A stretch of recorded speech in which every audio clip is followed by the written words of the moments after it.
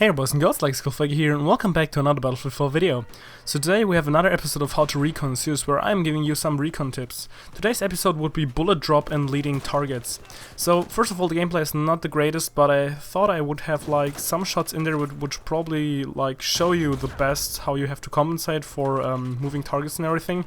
Since I'm using the M40A5 again, I kind of switched back to my favorite good old M40A5, which has the slowest muzzle velocity out of all the bolt action rifles, which means you will have to compensate the most for leading targets, so running targets, and also quite a lot for the bullet drop. But yeah, I would say let's get started.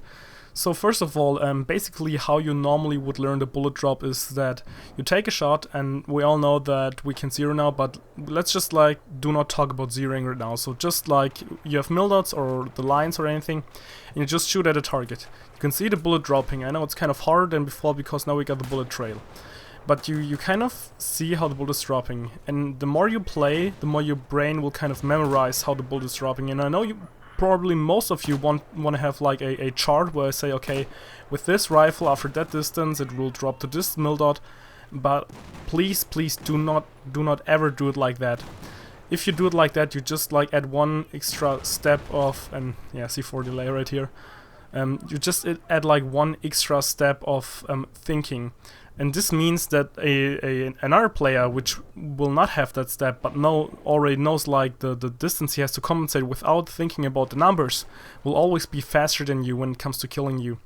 So please, if you want to know or learn the bullet drop, just make sure you're using the same rifle and you're using the same scope, because as we know already, the lower the zoom level, the lower the drop.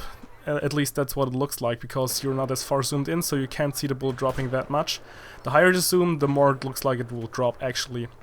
In fact, the bullet drop stays the same, like I think it's kind of obvious, but make sure that you're learning it by yourself. It's better if you learn by yourself than if someone else like tells you how the distance is and you never really know it. You just have to see, okay, there's a target, now I have to check the distance and now I can shoot. That's not how you want to do it. You want to see the target and you know, okay, he's there, I shoot, I kill. And that's, yeah. That's basically the best tip I can give you. I know it's probably not what most people want to hear, but it will really help you, believe me. Yeah, so now for the leading targets. As I've said before, slower muzzle velocity will make you compensate more. And also, if we talk about scopes again, the fewer zoom level you have, for example like an iron sight, you will have to compensate almost like nothing for it, at least it looks like that. The higher you zoom is, the more it looks like you actually have to compensate, so the same as for bullet drop.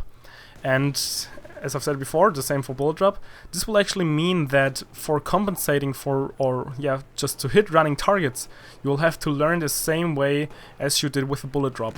So you just like aimed a little bit higher, you compensate it, and you want to do the same for the running targets. You just have to kind of memorize, are they running straight, are they running like diagonally, and you just want to make sure that you're also using something to memorize it.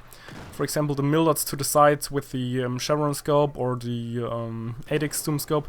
There's just so much use you can make of the scope's lines and mil dots.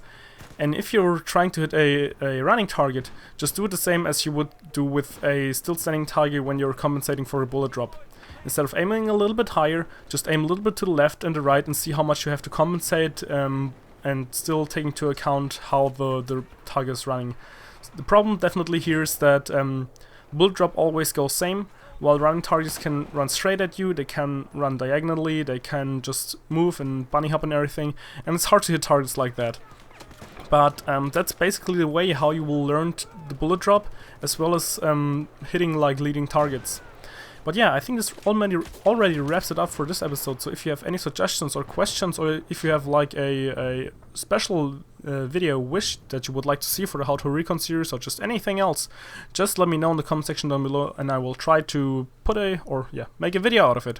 But yeah, in the end we wander around, and I think that's pretty much all for now. So I hope you enjoyed the video, and like Skullfaker out.